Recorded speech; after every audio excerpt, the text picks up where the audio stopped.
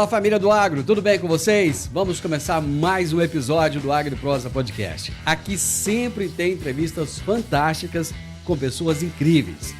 Temos também o canal AgriProsa no YouTube. Que tal dar uma passadinha por lá e assistir as entrevistas que você ouve por aqui? E se você achar que vale a pena, vai lá, se inscreve no canal. O like eu tenho certeza que você vai deixar por lá, né? E se você conhecer alguém que possa se interessar por algum dos assuntos dos vídeos, então compartilha. Simbora então para mais um AgriProsa Podcast. Antes de começar a nossa entrevista de hoje, eu vou trazer o recado do nosso patrocinador aqui no AgriProsa Podcast. Você está procurando a fazenda dos seus sonhos ou o lugar ideal para expandir os seus negócios no campo?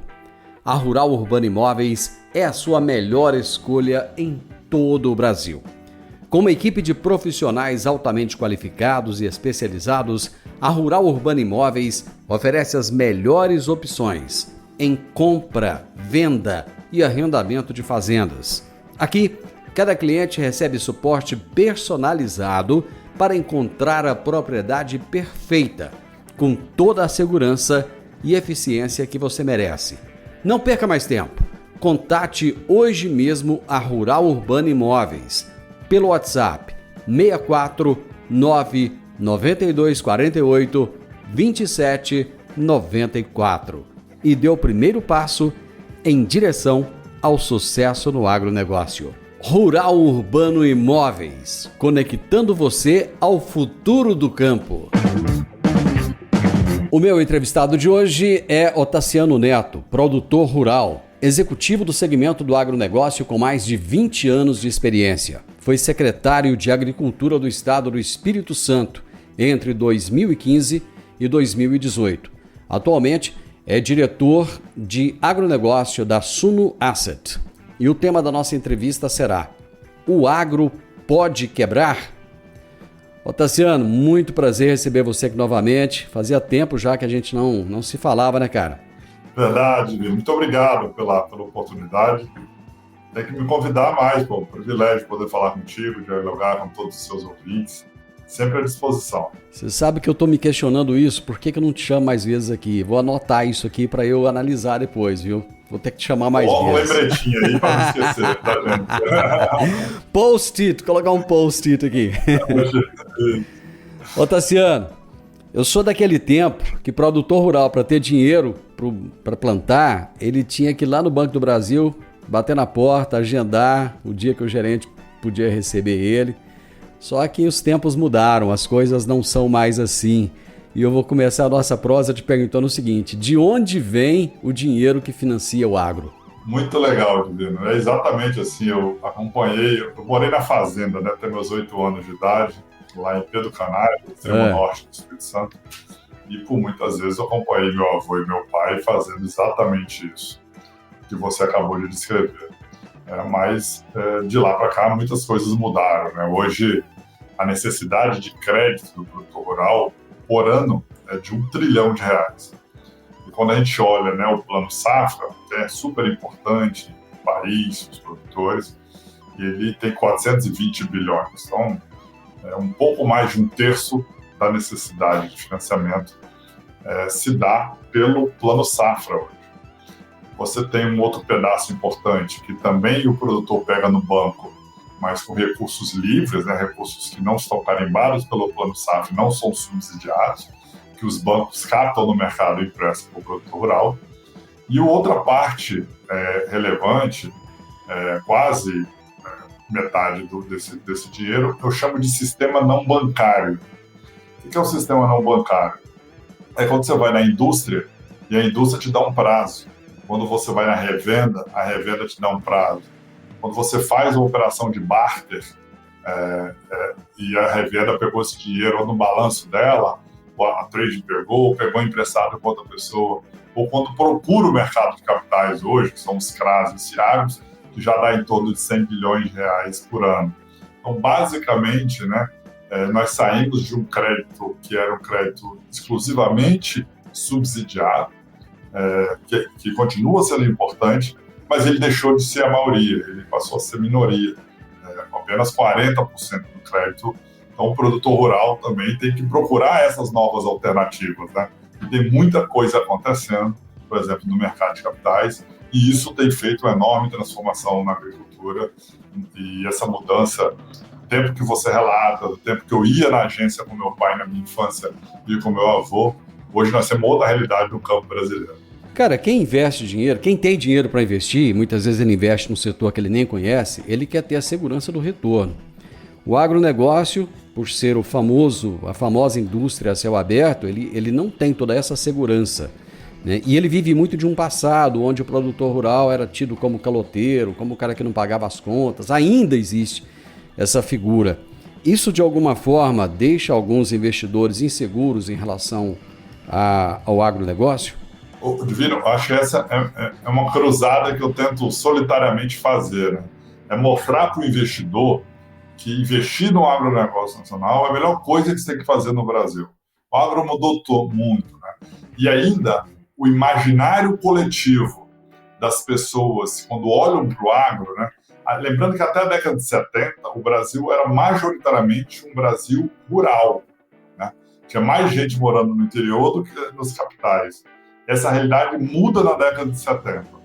Então, todo mundo que nasceu nas cidades, ou as pessoas que vieram para as cidades desde a década de 70, nas principais capitais do Brasil, tem no imaginário coletivo ainda aquele estereótipo do Jeca Tatu, do Mazzaropi. É só olhar a festa junina. A festa junina até hoje é divina. As pessoas vão de calça rasgada, tá? Tentando simbolizar o homem do campo. E essa realidade acabou no Brasil há muitos anos, né? Nós estamos no Brasil moderno, no Brasil de uma máquina de colher que custa 5 milhões de reais, sabe? Do Brasil que mais produz alimentos para o mundo. Então, ainda tem um pedaço desse imaginário por parte dos investidores, desse agronegócio, que é o que há de pior, né? Esse agro atrasado, desse agro do Jeca Tatu, que ficou na década de 60, né? E ainda mais no imaginário coletivo tem, então isso atrapalha, por isso que eu falo que é uma cruzada. Eu acho que tem muita gente no Brasil boa tratando de levar a informação, mostrando que o agro é o setor mais competitivo da economia nacional e não faz sentido um investidor que consegue, a partir de R$10, você não precisa comprar uma fazenda para ser investidor no agro, você com R$10 você compra uma cota de um fiagro, a partir de R$10 você poder investir nesse setor e levar dinheiro privado para financiar a nossa vida. Com o dinheiro vindo cada vez mais dos fundos privados, o mercado tende a ficar mais seletivo em relação aos empréstimos? Quer dizer, o produtor acaba sendo exigido mais na hora de buscar esse recurso? Eu acho que para acessar o banco, né? Para acessar o banco tem histórico com o produtor rural, é uma grande vantagem. O banco e o gerente do banco mora na cidade, né? Você vai para a missa junto, vai para o culto junto, os filhos estudam junto. Na mesa do bar ou na porta da igreja, você sabe se um cara está com dificuldade, se atrasou a escola, se está com um problema. Então, a informação é muito mais fluida. Então, esse modelo, baseado em muito relacionamento, é um modelo que vai continuar, mas nessa menor parte do agro, né? Financiado com plano safra. A grande parte vai cada vez mais ser financiado, o dinheiro vem do mercado, virá do mercado de capitais, virá dos fundos. E o fundo está distante, o fundo não conhece a realidade, como o produtor também cada vez está conhecendo mais, mas conhece pouco a realidade dos fundos. E aí entra uma lógica que o produtor rural é muito bom em produzir, né? Sabe produzir, sabe escolher semente, sabe fazer manejo, sabe colher, mas o produtor rural é muito distante do que a gente chama de governança. E quando fala governança, parece uma palavra de outro mundo, né? Que negócio é esse de governança? Mas governança, assim, eu trago alguns elementos, né? Governança você mistura dinheiro da sua casa com dinheiro da fazenda. Seu filho estuda na capital e você comprou o carro para o seu filho pela fazenda com nota do produtor para pagar menos imposto. Então, eu trouxe só 2 exemplos para mostrar que isso são práticas de quem vai pagar mais juros no mercado de capitais. Por quê? Porque isso chama governança, sabe? Parece uma palavra estranha, mas eu trouxe 2 exemplos. Então, é diferente e o produtor, de fato, precisa aprender novas competências para poder acessar esses bolsos novos, esses bolsos dos fundos, esses bolsos das estruturas de securitização. Mas é importante, o produtor vai aprender, imagina, Na década de 70, ninguém ia para o Cerrado, né? Cerrado era terra perdida no Brasil. Hoje é um sucesso de produção, de tecnologia, de máquina moderna. Quem aprendeu foi o produtor, mas não tem dúvida que vai aprender a entrar no mercado de capitais e daqui a uns dias vai estar de chapéu andando na Faria Lima aqui, dominando tudo isso. O pessoal da Faria Lima é que vai ter que pôr chapéu e bota daqui uns dias, viu? E andar de Hilux. Total. E eu acho que eu acho que isso que é a beleza, sabe, Juliana? Nós estamos fazendo quase que um trabalho de tradução, né? Assim, o pessoal que toca os fundos, o pessoal dito da Faria Lima, conhecer o agro e cada vez mais o produtor conhecer a Faria Lima. Isso precisa virar uma coisa só. Eu espero que daqui a 10 anos, 15 anos, isso não seja nem assunto mais, sabe? Virou tão natural, né? Tão natural que por osmose, um foi aprendendo do outro, né? Acho que os dois lados têm muito a aprender para caminhar juntos. Eu tenho observado que você está andando muito de camisa xadrez, é por causa disso? Não, eu ando desde a minha infância. Acho que o meu primeiro presente que minha mãe deu foi uma bota e uma calça da Wrangler. Eu fui agora para Nebraska visitar a Valley e a Lindsay, né? Fomos com uma missão liderada pelo governador Ratinho do Paraná, que é o estado que mais irriga do mundo. Aí eu fui lá e renovei o estoque de calça da Wrangler. Eu só ando de bota, camisa xadrez, calça da Wrangler desde sempre. O pessoal aqui na Faria me olha de lado, assim, mas eu falo, não, vocês vão... Você vai chocar a Faria Lima desse jeito. Eu tive aí ano passado, o pessoal tá andando muito ainda com aquelas calças assim, aquela calça curta, aquela... Tem meia, né? Ainda tá muito... Exatamente.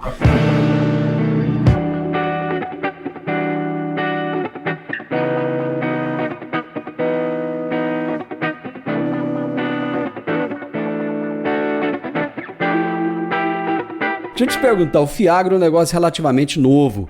O que já aprendemos com o Fiagro até agora e qual é o futuro do Fiagro? Eu acho que o Fiagro, um projeto de lei de autoria do deputado Arnaldo Jardim, que hoje é vice-presidente da Frente Parlamentar, não tem dúvida que as futuras gerações vão traduzi-lo como uma revolução para o agro, sabe? Ele é um fundo de financiamento ao setor. Cada vez mais nós aprendemos. Assim, hoje nós temos em torno de 550 mil brasileiros que colocam dinheiro no agro através dos Fiagros, totalizando mais de 30 bilhões de reais de patrimônio líquido. Basicamente, esses fundos estão financiando o produtor, tem pouca compra de terra ainda, são fundos de crédito, ou para o produtor ou para quem está no meio da cadeia, né, tipo revenda, indústria, quem está ao longo da cadeia de valor do agronegócio. E o grande diferencial, sobretudo, vindo nos fundos listados, né? Você tem fundos Fiagros que podem estar listados na Bolsa, e você pode ter Fiagros que não estão listados na Bolsa. E, sobretudo, os fundos listados são fundos de longo prazo. O banco, qualquer banco no Brasil e no mundo, tem risco de liquidez. Por quê? O banco pega mais dinheiro emprestado do que tem de patrimônio líquido. Então, o banco pega 5, 6, 10 vezes mais emprestado. Como é que o banco pega emprestado? Quando ele emite o LCA e você compra, quando você compra um CRA e você compra, quando você deixa o dinheiro parado na poupança, investir na poupança, deixa parado na sua conta, o banco pega esse dinheiro e empresta. Mas, em geral, o banco pega esse dinheiro de curto prazo. Então, ele é obrigado também a emprestar esse dinheiro do curto prazo, então ele tem um problema chamado risco de liquidez. O banco pode quebrar, porque se todo mundo resgata e o dinheiro está emprestado, ele não tem para devolver, e é assim que quebra o banco do mundo, quebrou o ano passado no Brasil. Os Fiagros, os mesmos R$100, Divino, vou colocar que você comprou R$100 de SNAG, que é o nosso fundo aqui de agronegócio da Suno. Se você deixar os R$100 na conta, se você faz um Pix, tira hoje no banco. Se você colocar no Fiagro, no SNAG, e você quiser vender, você não tira da conta da gestora, né, igual você faz da conta sua do banco. Você vende aquele papel via bolsa para uma outra pessoa. Outra pessoa compra aquele papel no valor que vocês combinaram ali no home broker. Por que eu estou trazendo isso? Porque a liquidez se dá no mercado secundário, não dá dentro do fundo. Então, se eu não tenho risco de liquidez, eu posso fazer operações de longo prazo. Então, eu posso fazer operação de 10 anos para financiar um pivô central. Eu posso fazer operação de 15 anos para financiar o armazém. Então, os FIAGROS vão ser, sobretudo, isso tem um processo de amadurecimento, com alguns anos. O aprendizado que você faz nessa pergunta é no sentido de vai ser um grande financiador de investimento da atividade rural. Os bancos, o Plano Safra vai cada vez mais ser financiador de custeio e os FIAGROS listados, eu estou convencido, apesar ainda não ser a realidade, vão ser os financiadores de longo prazo. Você falou de Estado aí. Na semana passada houve uma reunião do ministro Carlos Fávaro com o governador do Mato Grosso do Sul e lideranças da AproSoja, de diversas entidades. E nessa reunião, o ministro disse o seguinte: o apoio necessário para prevenir um cenário de endividamento massivo e seus consequentes impactos negativos sobre o setor está chegando antes da colheita. Como é que essa afirmação reflete no mercado?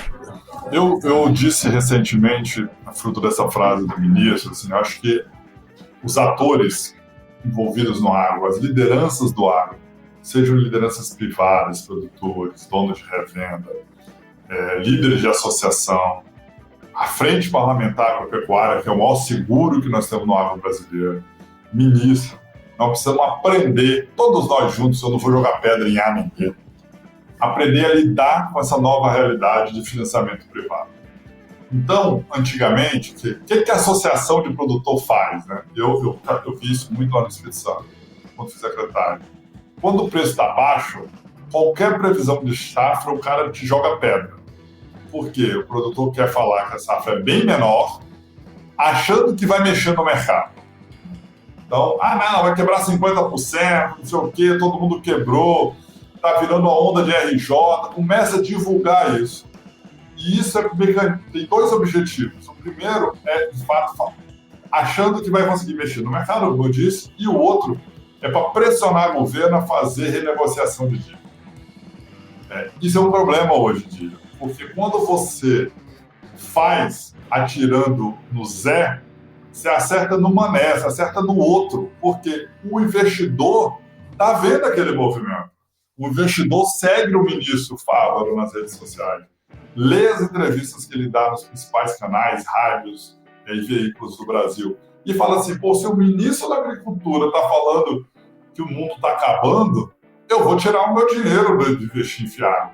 Então é um aprendizado, sabe, Divino? A gente tem que reaprender a equilibrar isso. Aquelas falas duras que até há 6, 7, 8 anos atrás eram normais e dão voto e são legítimas, sabe? São movimentos legítimos. Eles têm outros impactos hoje. E se o grosso do financiamento é privado, do financiamento do Brasil hoje, né? 2/3 praticamente do financiamento é privado, eu faço um movimento para refinanciar 1/3 e eu impacto aqui e vou ter que pagar juros mais caros. Então é tiro no pé, sabe? É um tiro que sai pela culatra. Mas é um aprendizado constante de todo mundo, os governos, as nossas lideranças importantes da política brasileira e todos os atores estão reaprendendo a lidar com esse cenário que pau que dá em Chico bate em Francisco, entendeu? Então tem efeito colateral. Você falou de RJ, os pedidos de recuperação judicial que estão acontecendo aí agora por parte de produtores rurais, eles chegam a ser preocupantes? Eu não me preocupo, eu não me preocupo porque não é um problema estrutural da agricultura brasileira, é um problema conjuntural.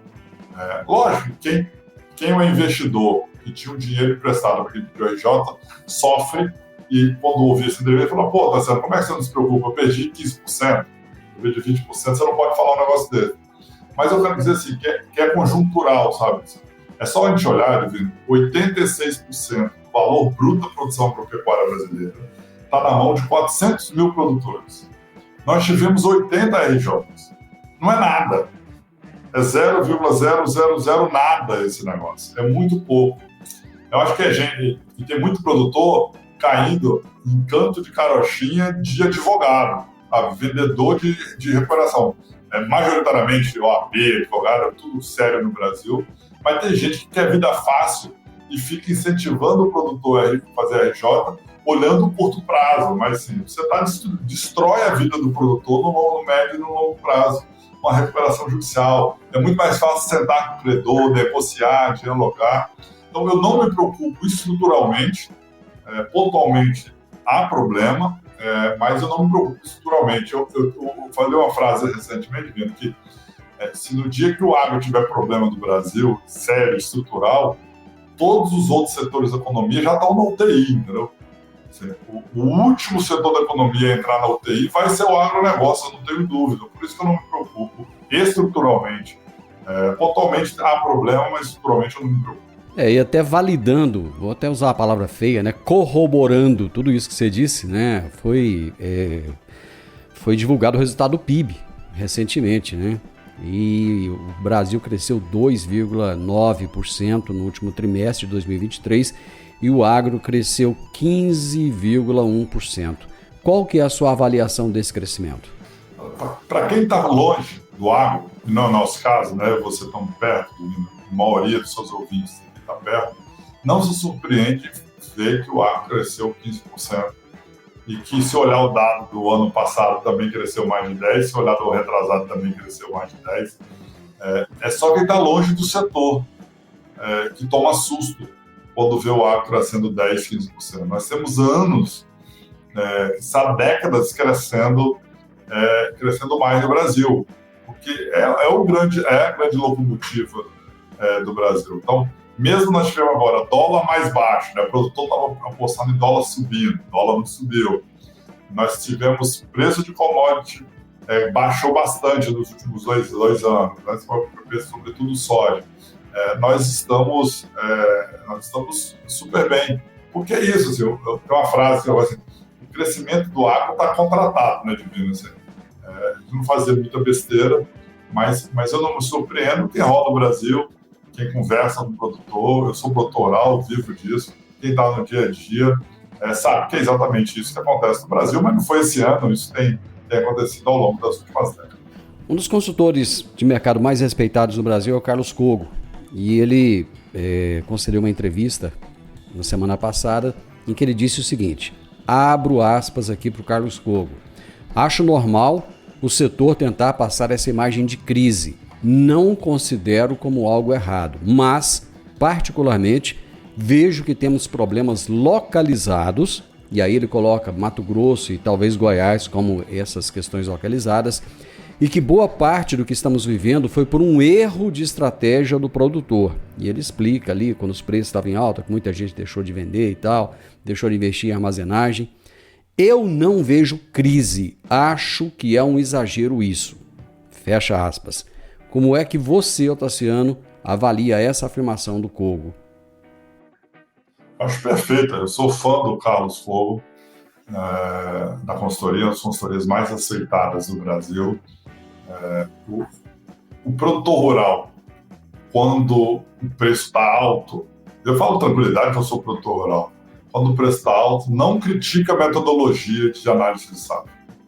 Só critica a metodologia quando o preço está baixo, porque acha que ele grita, falando alto, que a safra vai ser horrorosa, que vai mexer no mercado. E tem muitas mais variáveis. Assim. Não é possível que a pessoa não ache que uma trade do tamanho da Cargill, da Danfoss, da Amagem, não tem metodologia, não tem gente espalhada para o Brasil inteiro, não tem satélite espalhado para o Brasil inteiro, olhando o que de fato está acontecendo, olhando o estoque global. Não é em grupo do WhatsApp, eu tenho certeza, que a Danfoss ou a Amagem toma as decisões de plano de safra, né? Não, vou entrar no grupo do WhatsApp, vou ver o que os caras estão falando, e quanto mais falando que está tendo crise, mais aí eu vou começar a aumentar o preço de soja. Não é assim que se informa, né? Então o povo está perfeito, eu também não vejo crise. Eu acho que o barulho é muito... O pessoal está morrendo, o barulho da bala, sabe? E é isso, assim, eu acho que é essa transição, sabe, Divino? Essa transição do método antigo de pressionar Brasília, mas isso ficou velho. Ficou velho porque o crédito é privado. Você dá um tiro num lado e acerta outro, sabe? Você mira Zé e acerta José, sabe? É outro jogo que está acontecendo e por isso que eu acho um super tiro no pé. esse modelo antigo de pressionar Brasília, porque Brasília hoje só financia um terço da agricultura brasileira.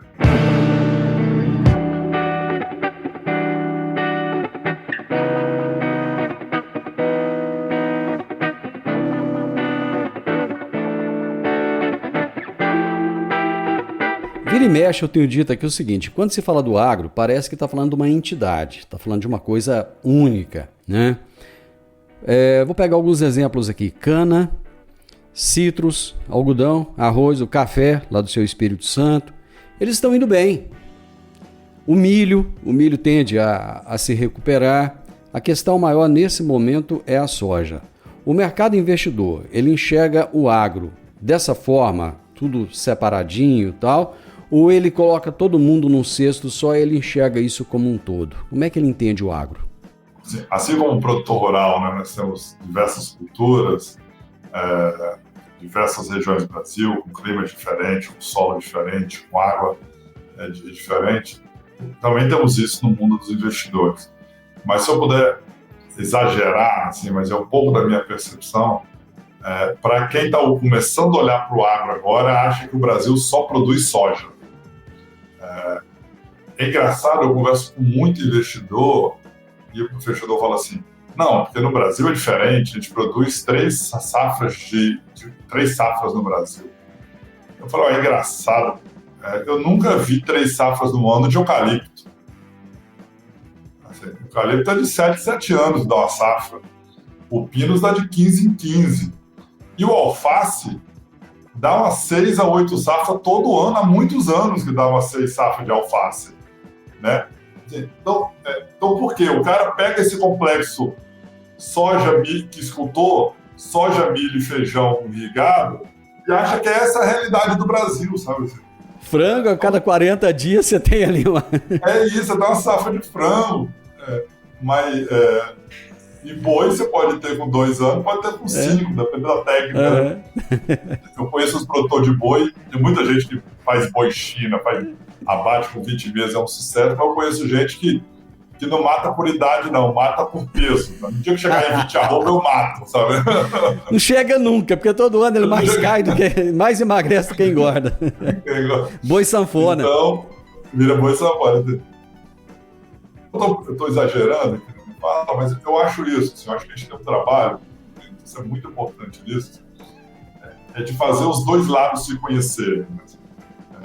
Não dá para ter arrogância de achar que ele tem que me conhecer e eu não preciso aprender nada do outro lado. Eu acho que os dois lados se conhecer. Não precisa levar a informação para o investidor brasileiro, a diversidade, a complexidade do agro brasileiro, a pujança do agro brasileiro, mas também nós temos que mostrar para o nosso produtor rural, que é fenomenal, que tem novas agendas, novas coisas acontecendo no Brasil, que tem muita coisa boa para o produtor ficar ligado, aprender. A gente lançou um programa aqui mesmo, chamado Grupo Elite Agro, que é para formar o produtor para conhecer o que é esse tal de mercado de capitais, entendeu?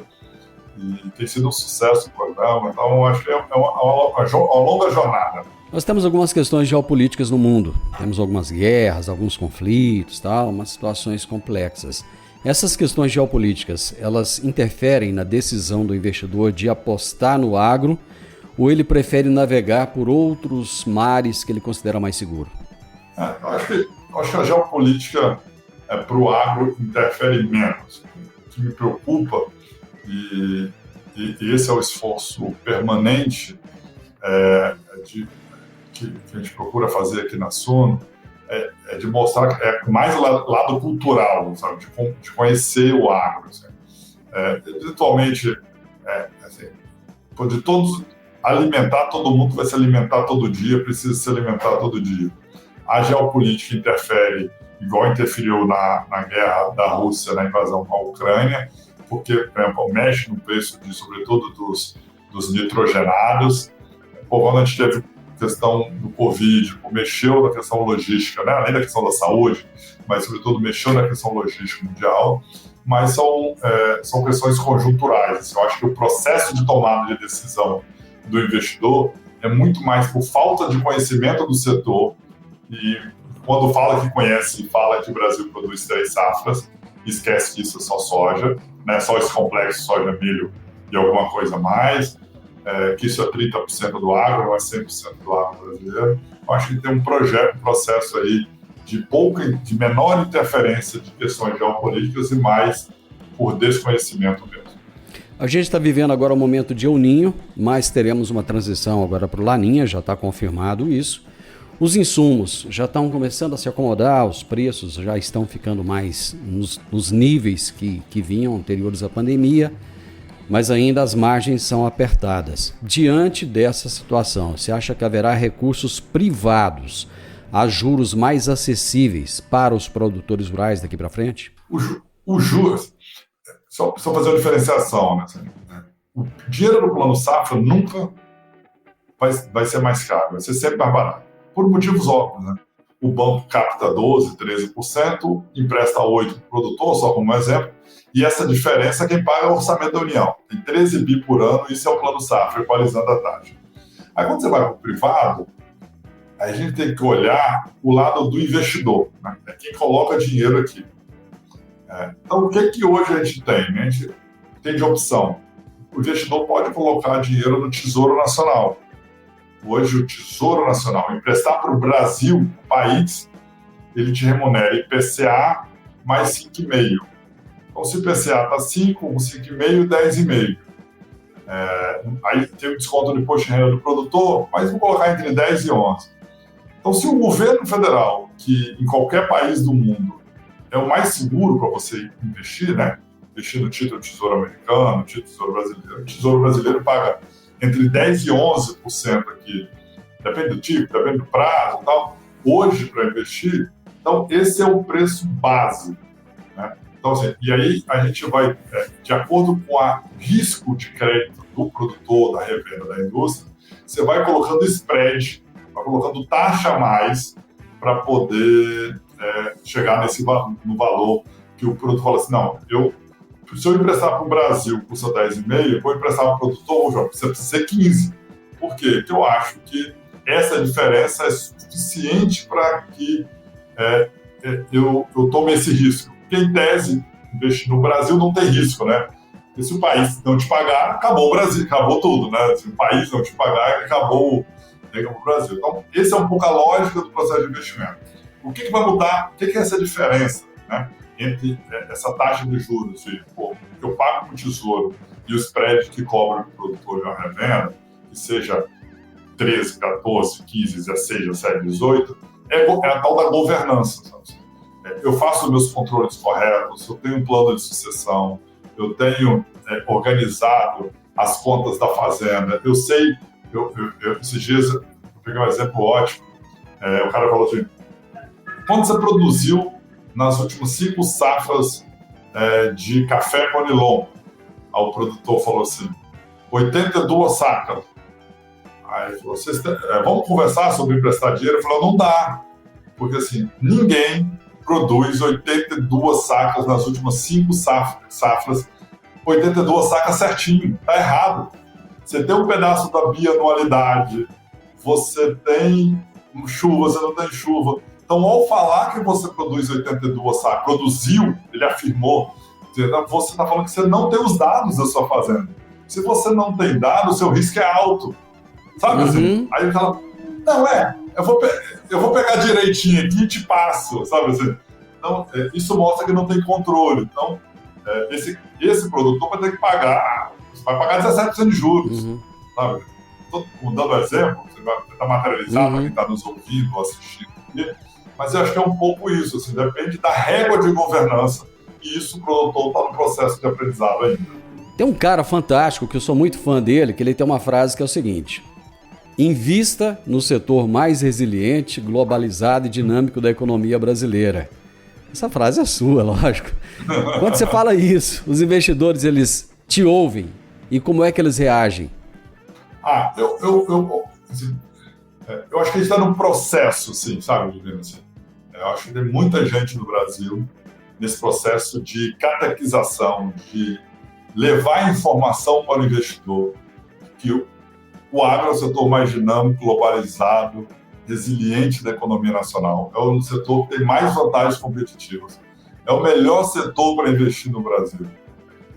Aqui na Sul, a gente orienta que até 30%, 40% de investimento seja no setor só, para você diversificar o seu portfólio de investimento. É possível investir no agro a partir de R$10. Você pode ser sócio de indústria, você pode ser sócio de revenda, você não precisa ter fazenda, né? Investir no agro, eu vou comprar uma fazenda. Não, no agro, você pode investir através de bolsa de valores, você pode através de FIAGRO. Então, eu acho que o brasileiro está cada dia mais ouvindo e percebendo que não tem nada no Brasil com mais vantagem competitiva para investir do que no agronegócio. Mas é um trabalho de desconstrução do agro, do Jeca Tatu, desse arquétipo que ainda está emprenhado no ouvido de muita gente, para esse agro moderno, esse agro de tantos e tantos jovens. Hoje nós temos 200 mil profissionais de ciências agrárias no Brasil trabalhando. Sabe? E a questão cultural está fazendo a diferença no agro, né? Essa desconexão com o agro do Jeca e do Mazzaropi, e essa nova conexão cultural dos rodeios brasileiros, das provas do parto de milho, das provas do manga larga, do show sertanejo, isso está fazendo com que muita gente... Você pega os shows em São Paulo, que mais da gente são shows sertanejos, né? Que expressam o homem do campo, o homem do interior do Brasil.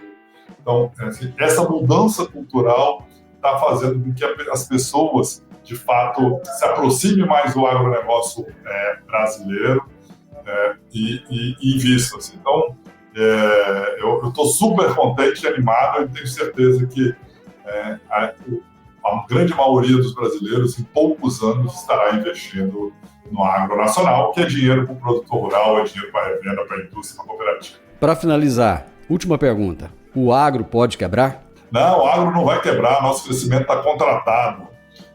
Podemos ter pontualmente produtores quebrando. Tem uma frase do Rodrigo Rodrigues, que é um vice-presidente da Falcone, filho do ministro Roberto Rodrigues. Ele fala assim: a agricultura não quebra, quem quebra é o agricultor. Quem alavancou, quem pegou dívida demais, quem comprou terra sem poder, muito a prazo, quem teve alavancagem exagerada e não olhou as boas práticas de mercado, esse cara vai quebrar. Mas é minoria, sabe? A agricultura brasileira não quebra. Nós vamos ver alguns produtores podendo ter dificuldade, mas eu acho que a agricultura é para investir, para pensar o seu dinheiro do futuro, o dinheiro da sua previdência, sabe? Aquela previdência privada. Eu acho que é isso que eu vejo na agricultura brasileira. Por isso que eu, enfim, estou apaixonado cada dia mais fazendo isso e levantando minha pequena voz aqui, mas no sentido de convencer mais e mais brasileiros a investir no setor mais globalizado, resiliente e dinâmico da economia nacional. Ô, Tassiano, pode ter certeza que a sua voz não é pequena, sua voz é grande, sua voz é alta, sua voz ela tem ressonância, ela é ouvida aí fora. Cara, muito obrigado, foi um prazer ter esse privilégio de estar com você aqui mais uma vez, falando sobre tantos assuntos relativos ao agronegócio. Muito obrigado. Muito obrigado mais uma vez e não esquece de colocar no seu calendário e convidar a gente de vez em quando, não. Vou colocar um post-it, ainda existe? Post-it, vou colocar um na minha frente aqui. Obrigado, cara, abraço. Abraço, Liliano, tudo de bom. Eu conversei com o Tassiano Neto, produtor rural, e eu fiz questão de colocar produtor rural em primeiro plano. Ele é executivo no segmento do agronegócio já há mais de 20 anos, foi secretário de Agricultura e Pecuária do Estado do Espírito Santo entre 2015 e 2018. Atualmente é o cara que circula pela Faria Lima de camisa xadrez, causando escândalo em muitas pessoas, é diretor de agronegócio da Suno Asset. E a minha pergunta para ele foi o seguinte: o agro pode quebrar? O podcast Agro e Prosa tem o objetivo de falar do agronegócio de forma fácil, simples e descomplicada. Diariamente conversamos com os maiores atores do agro e abordamos os mais diversos assuntos de interesse de produtores rurais, técnicos, pesquisadores, profissionais da área e simpatizantes do agronegócio. Se você gosta do nosso podcast, então você pode nos ajudar. É muito simples. Basta seguir-nos nas principais plataformas de streaming e também no YouTube. Se você deixar um gostei, compartilhar os episódios e deixar um comentário, já vai nos ajudar muito a dar relevância tanto ao podcast quanto ao canal. E o mais importante de tudo, nos siga para receber notificações de novos vídeos e episódios. Um grande abraço para você e até a nossa próxima prosa.